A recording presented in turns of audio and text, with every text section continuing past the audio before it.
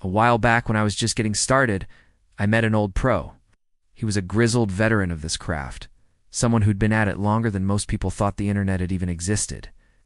He took me under his wing and gave me my first real job in this industry. And then he took me to dinner one night. We were just eating burgers in silence, staring into our fries, both of us not really saying a word. And then finally he spoke up and he said, "Listen, kid, I want to tell you a story." And I was like, "Yeah, go off on a story." And he did. He told me the story of the crow and the pitcher. Now, I imagine most of you have heard this story before. Maybe your parents told it to you when you were a child. But let me set the scene for those who don't know what I'm talking about.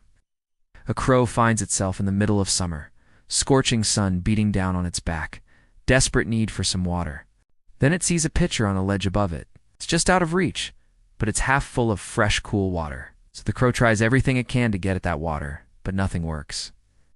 So the bird, defeated, sits down on the ledge and waits to die. But after a moment of reflection, the crow thinks of a solution. It starts to drop little pebbles into the pitcher.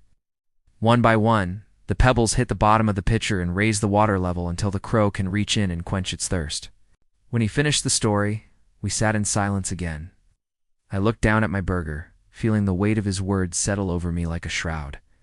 Finally, I asked him why he was telling me this story. And he gave me a hard look, the kind of look that could pierce through all the bravado and bullshit that I like to surround myself with. And he said, "That's the kind of person you are, isn't it? The kind of person who would sit back and wait for it to rain instead of building an ark? I want you to understand something. I've built multiple 8-figure businesses from nothing. I've achieved what most people would call success. But there was always this nagging voice in the back of my mind that told me I was untruly free, that I was just a slave to a different master, that I had traded my soul for success. For most of my life, I've been grinding, hustling, whatever they want to call it these days, trying to be better, do better, earn more, achieve more. Because for me, it wasn't enough to succeed. I wanted to make it. I wanted to be able to walk into a room and have everyone know I was there without saying a word. I wanted to be so ridiculously successful that they couldn't ignore me if I wanted them to. That kind of success doesn't come easy. And I've worked harder than I ever thought possible to get where I am today. But the thing is, no matter how much you achieve, there will always be someone out there who has more, someone who is further ahead. You can never just sit back and enjoy it because somewhere out there someone else is moving faster, and that's fine. I'm okay with that. I still chase it. I still run as hard as I can. But what I want to talk about today is learning how to be okay with where you are. See, for the longest time, I didn't understand why the crow didn't just use its beak to get the water.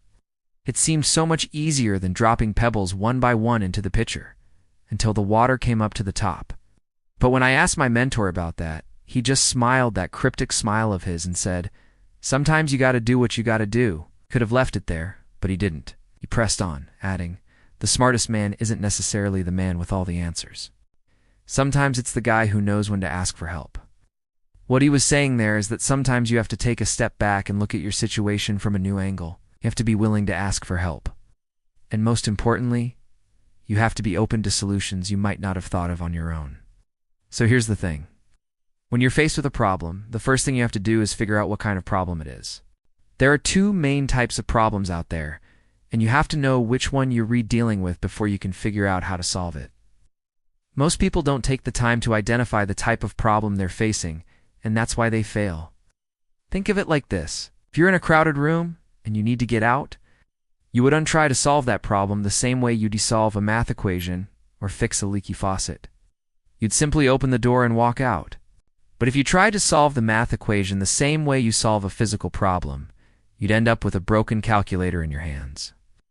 Most people just look at problems as problems, and that's why they're unable to solve them. They think outside the box, or they ask for advice, or they work tirelessly to find a solution. But they don't take the time to figure out what kind of problem they're dealing with. And that's why I want you to remember this quote.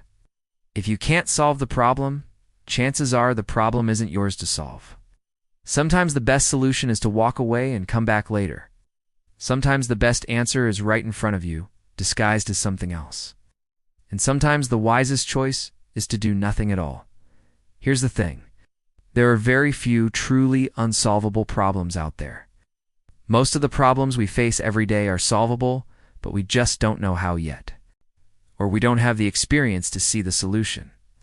Or we haven't put in the work to get ourselves to a place where we can even see the options. See, the world is full of opportunities, but only those who are prepared can take advantage of them. Imagine a surfer who spends their whole life avoiding the ocean.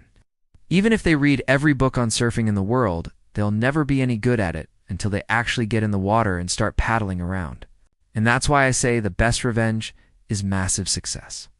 Because you can spend all your time plotting and scheming and stewing in your own anger and frustration, or you can take that energy and focus it on achieving something great. And when you do that, when you ignore those who seek to bring you down and instead focus on your goals, that's when you truly win. You see, the path to success isn't always easy. There will be obstacles along the way, things that will try to knock you off course. But if you're willing to put in the work, if you're willing to learn from your mistakes and adapt, then you can achieve anything you set your mind to. Don't let the naysayers bring you down. Don't let the haters hold you back. Instead, prove them wrong. Show them what you're capable of. Let your success be your revenge. You see, in the end, it's not about what they say or what they do. It's about what you make of it. So take their negativity and turn it into fuel for your fire. Use their doubt as motivation to prove them wrong. Because in the end, it's your success that will speak the loudest. So remember, the next time someone tries to bring you down, don't waste your time defending yourself. Just let them talk. Let them hate. Then go out there and prove them wrong. Show them what you're made of. Let your success be your revenge. Thank you for watching this video. If you found it valuable, consider subscribing and joining our awesome community. And if you're still hungry for more, let me handpick this video for you to watch next, or head over to our website for more amazing content. See you tomorrow.